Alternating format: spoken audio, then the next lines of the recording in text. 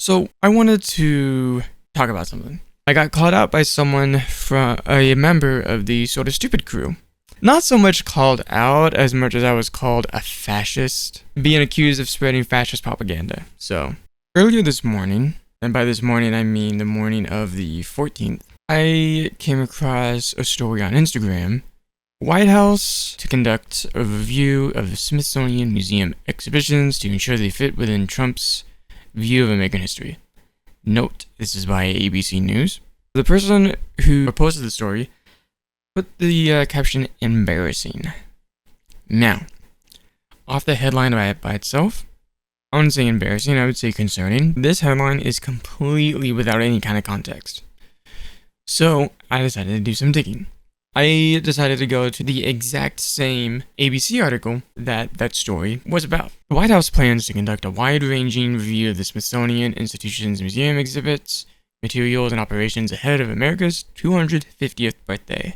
To ensure the museum aligns with President Trump's view of American history, a White House official confirmed to ABC News. Again, that's literally the exact same thing as this. Very vague. It's deceptive.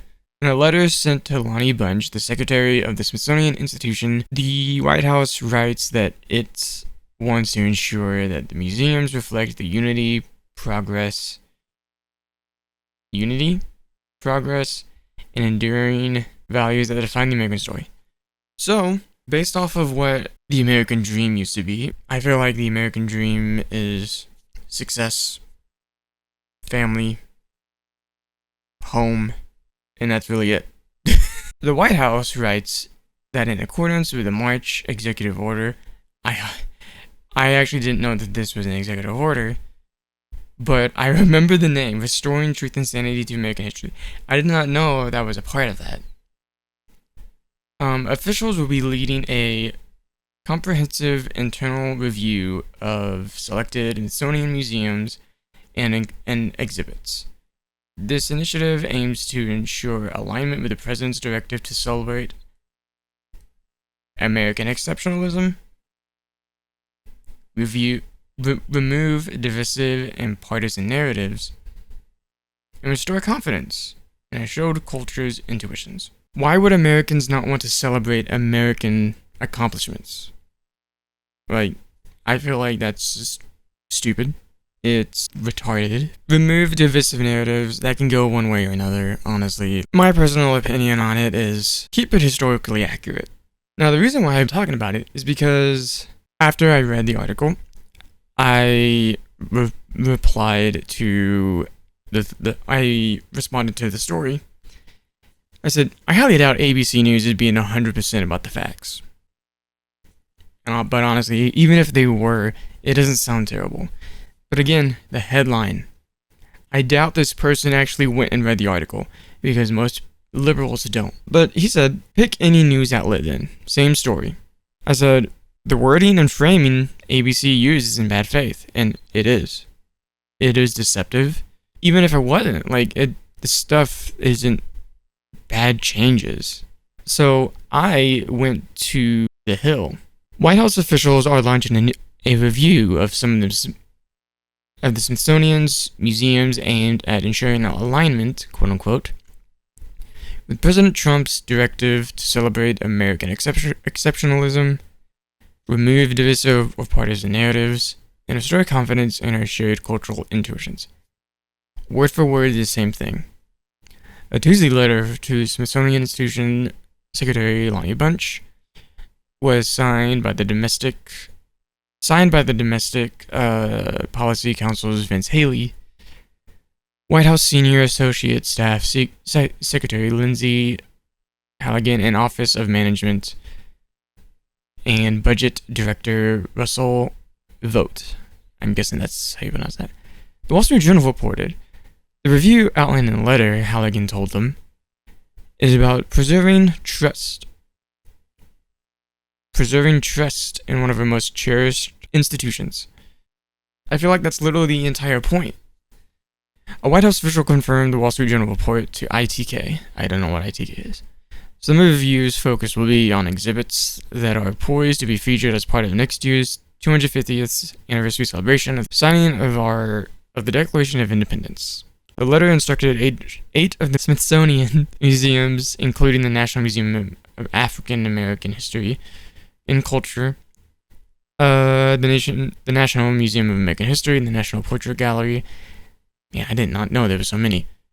The National Museum of the American Indian, among others. To replace exhibits that include divisive or ideological driven material with unifying historically accurate content. Why is that bad? I can see why it can be controversial, but to replace it with historically accurate content. And this is according to Wall Street Journal. In the statement that the Smithsonian said its work is grounded in the deep commitment to scholarly excellence, rigorous research, and the accurate factual presentation of history. So what's the problem here? I basically told him the same thing. White House officials are launching a review of some of the Smithsonian's museums as a directive to celebrate American exceptionalism, remove divisive or partisan narratives, and restore confidence in our shared cultural institutions. Some of the review's focus will be on exhibits that are poised to be featured as part of next year's 250th anniversary celebration of signing the Declaration of Independence. Its main goal is to ensure historical accuracy. Based on what I just read, I'm not wrong. I don't know what I said there that I misinterpreted. It's literally there, black and white. So he went on. He says, history isn't partisan narratives, but whatever, you gotta tell yourself. I said the whole point of the review is to make sure partisan narratives aren't there.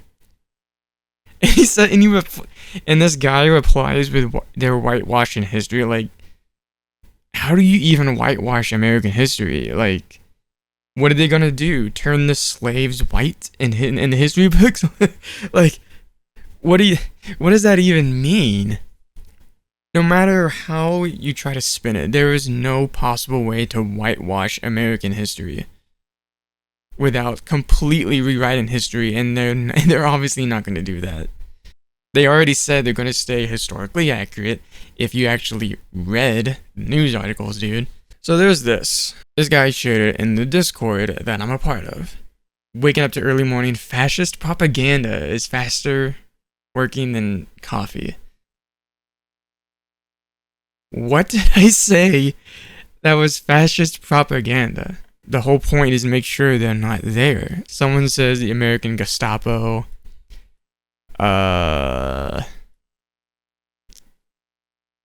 American exceptionalism is definitely a choice of words. Like, yeah.